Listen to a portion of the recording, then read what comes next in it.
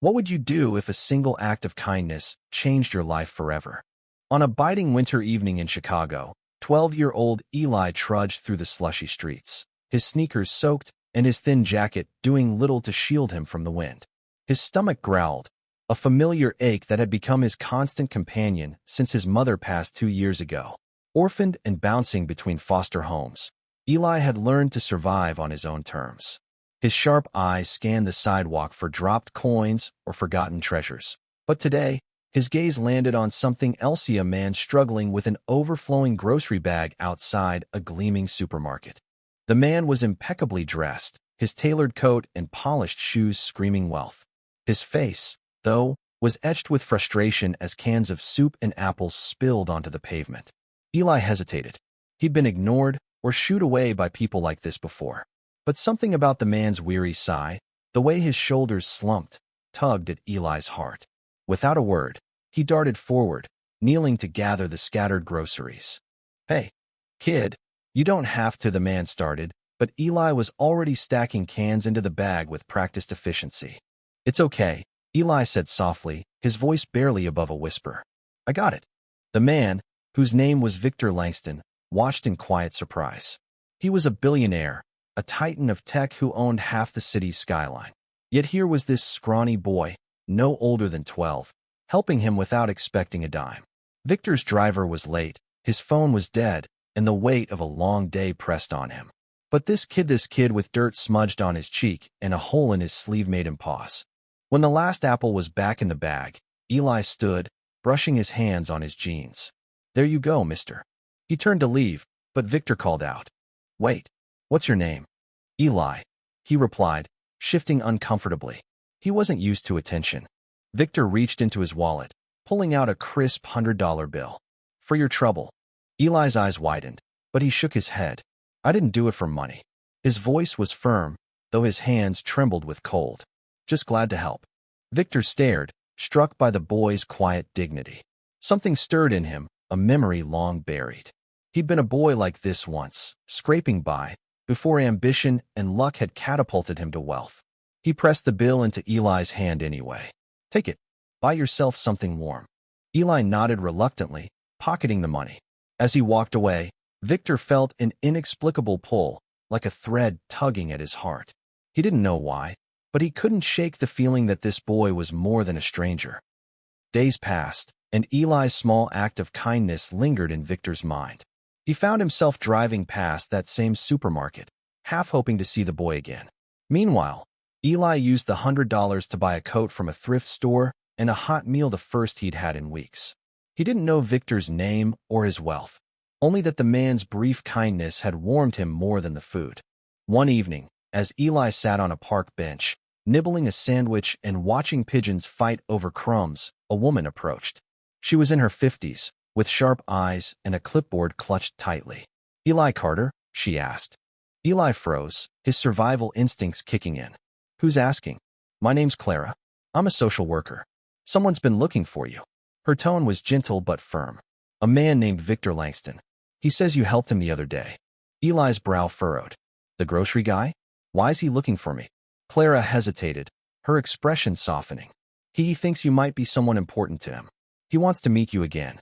Eli's heart raced. Important? Him? He'd been nobody his whole life, shuffled from home to home, forgotten by everyone except his mother's fading memory. But curiosity won out, and he agreed to meet Victor at a small cafe downtown. The cafe was warm, filled with the hum of conversation and the clink of coffee cups. Eli sat nervously, his hands twisting in his lap, when Victor walked in. The billionaire looked different without his coatless imposing, almost vulnerable. He sat across from Eli, his eyes searching the boy's face with an intensity that made Eli squirm. "Eli," Victor began, his voice low, "I need to ask you something. Your mother, what was her name?" Eli swallowed hard. Lila Carter." Victor's breath caught. He leaned back, his face pale. "Lila," he whispered, as if the name unlocked a door he'd sealed shut years ago. Victor's mind spiraled back to a time before his empire, when he was just a young man in love with a girl named Lila. They'd been inseparable, dreaming of a future together. But Victor's ambition had pulled him away, and when Lila told him she was pregnant, He panicked. He left, promising to return, but life had other plans. Success swallowed him whole, and Lila, hurt and alone, vanished from his life. He'd never known she'd had a son. Eli, Victor said, his voice trembling. I think I might be your father. Eli's world tilted. He laughed, a sharp, disbelieving sound. No way. My mom said my dad was gone. Dead or something. But doubt crept in, fueled by Victor's haunted expression. Victor pulled out his phone, scrolling to an old photo, a faded snapshot of him and Lila, young and smiling, her hand on his arm. Eli stared at it, his mother's face unmistakable. His throat tightened. That's her, he whispered.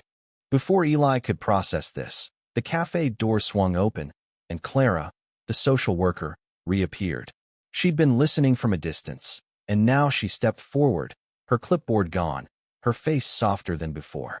Eli, there's something else, she said. I knew your mother too. She was my best friend. Eli blinked, overwhelmed.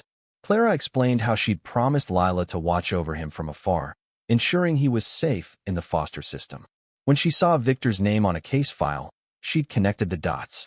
I didn't know for sure, Clara said, tears in her eyes. But when I saw you two together, I had to bring you here. The weight of it all, Victor's revelation, Clara's connection hit Eli like a tidal wave. He wanted to run, to hide from the truth, but Victor's hand reached across the table, steady and warm. I'm not going anywhere this time, Victor said. If you'll let me, I want to be your father. The weeks that followed were a blur. Victor, determined to make up for lost time, opened his home to Eli, though the boy was wary. The mansion, with its marble floors and endless rooms, felt like another planet. Eli missed his old life, the freedom of the streets, even the hunger. But Victor was patient, sharing stories of Lila, teaching Eli about the world he'd built, and slowly earning his trust. One evening, as they sat on the mansion's balcony overlooking the city, Eli spoke up. Why didn't you come back for her? For me? Victor's face crumpled. I was a coward, Eli. I thought success would fill the hole she left. But it didn't. And when I saw you that day, helping me with those groceries, you reminded me of her. Of everything I lost. Eli looked out at the skyline, the lights blurring through unshed tears. She'd want me to forgive you, he said quietly. So I'm trying. Victor reached out, and for the first time, Eli didn't pull away. They hugged, a father and son reunited by chance, bound by love they hadn't known they shared. In that moment, the gap between their world's poverty and wealth, loss and redemption melted away. The city hummed below, indifferent to their story, but for Eli and Victor, it was everything. A boy who had nothing had found a father. A man who had everything had found his heart. Yindi.